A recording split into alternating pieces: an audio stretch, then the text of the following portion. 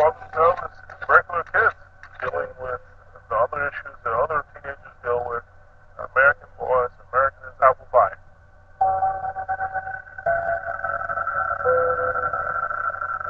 The parents, none of them ever saw a sign of anybody being disaffected, anything.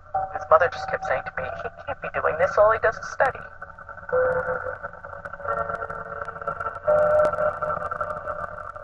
From quiet lives in a Virginia suburb to terrorism charges and a prison cell in Pakistan, all in a matter of days. The people here in Alexandria are bewildered. How could 5 of their own, young Americans, have made that leap? 2 of them lived in this street, the rest in the neighborhood. All good boys. It doesn't seem to fit. American Muslims are well assimilated, well educated, live in diverse communities, and earn more than the average wage. Until recently, it had been widely assumed that young American Muslims weren't vulnerable to the clarion call of the jihadis. Now, all that's changed. When their families reported the 5 missing back in November, they'd no inkling they'd left the country. Yet 9 days later, they turned up on the other side of the world, in deep trouble. Police in Pakistan allege they've been trying to join militant groups for terrorist training. They were rejected by 2. The Pakistanis also say there are emails with an Al-Qaeda recruiter.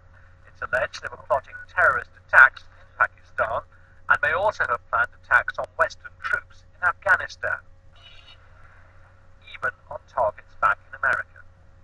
How close were you to them? Well, I was close. I think that, they were good friends. Mustafa Abu Mariam is the youth coordinator at the neighborhood mosque. He'd take the 5 swimming and to play volleyball.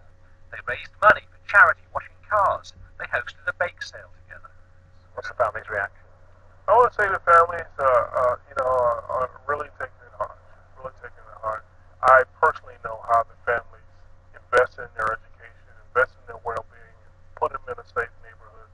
Now they're accused of going overseas to help Al-Qaeda. See them now with the police all around them and handcuffs. I don't know what to say. And I think that's the sentiment of the community as well. But, we have to stay strong. We have to stay strong and look to see what we can do to prevent other youth from taking on a view that is radical and extreme. Mustafa says he deliberately avoided talking politics. He never even considered counseling his college-educated friends against the extremist message. We felt that it was understood, and we still feel that, the vast majority of youth understand what the right and wrong. Maybe you're going to be more explicit about things. Well, we have to discuss them. We have to, do more to give our view on how to approach, conflicts happening overseas or things happening around the world. Rami Zamzam had thought about these issues and decided to act. The 25-year-old dental student is thought to be the leader of the group. As he arrived in court in Pakistan, he shouted, "We are jihadists. Jihad is not terror."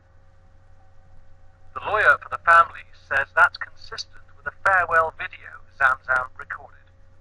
Is it a martyrdom video? It was much more an expression of opinion and free speech than it was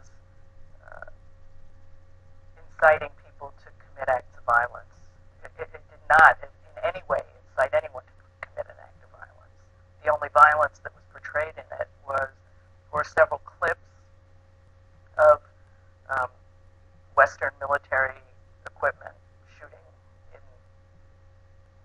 neighborhoods and some small injured children being carried. And they were in the context for those who attack Muslims, we have a duty to defend against that. But it didn't go, on the surface, it was very disquieting. American troops in action in Muslim lands. Al-Qaeda calls it an onslaught on Islam and says it's the duty of all Muslims to fight back.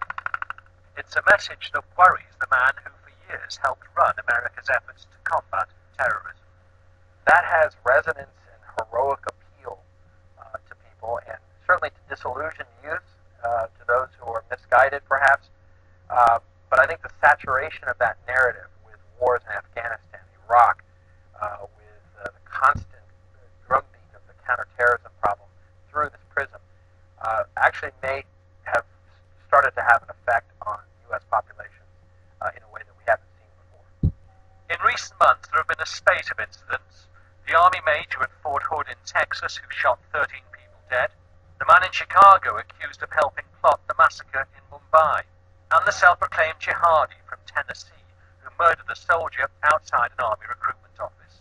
And there are more. We've seen second, third generation Americans whom we had assumed were somewhat immune from this narrative, who were integrated into American society, who were born into Islam, not converts. They are now falling prey to the ideology and committing to it. Mohamed Elibiary was the go-between for the families of the young Virginia men and the FBI. He's in Manhattan to advise Obama's Homeland Security Council about homegrown terrorists. He wants more open debate about issues like civilian casualties of American troops, matters of concern, he says, to many moderate Muslims. It's understandable that they'd be concerned about these things. Of course.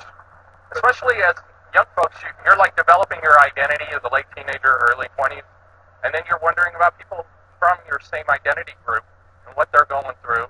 It resonates with you. But then, to go and try and join, if it's what they did, a terrorist group, that's a step far too far.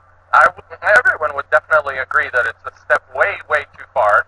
I just think that what you don't allow to be on top will happen underground. Well, why can't they discuss it openly? There's a good chunk of Americans that think that if you're holding these discussions, then you're not fully on board with the current policy and the current war on terror, so therefore they start questioning your loyalty and patriotism and wondering if you're an enemy within.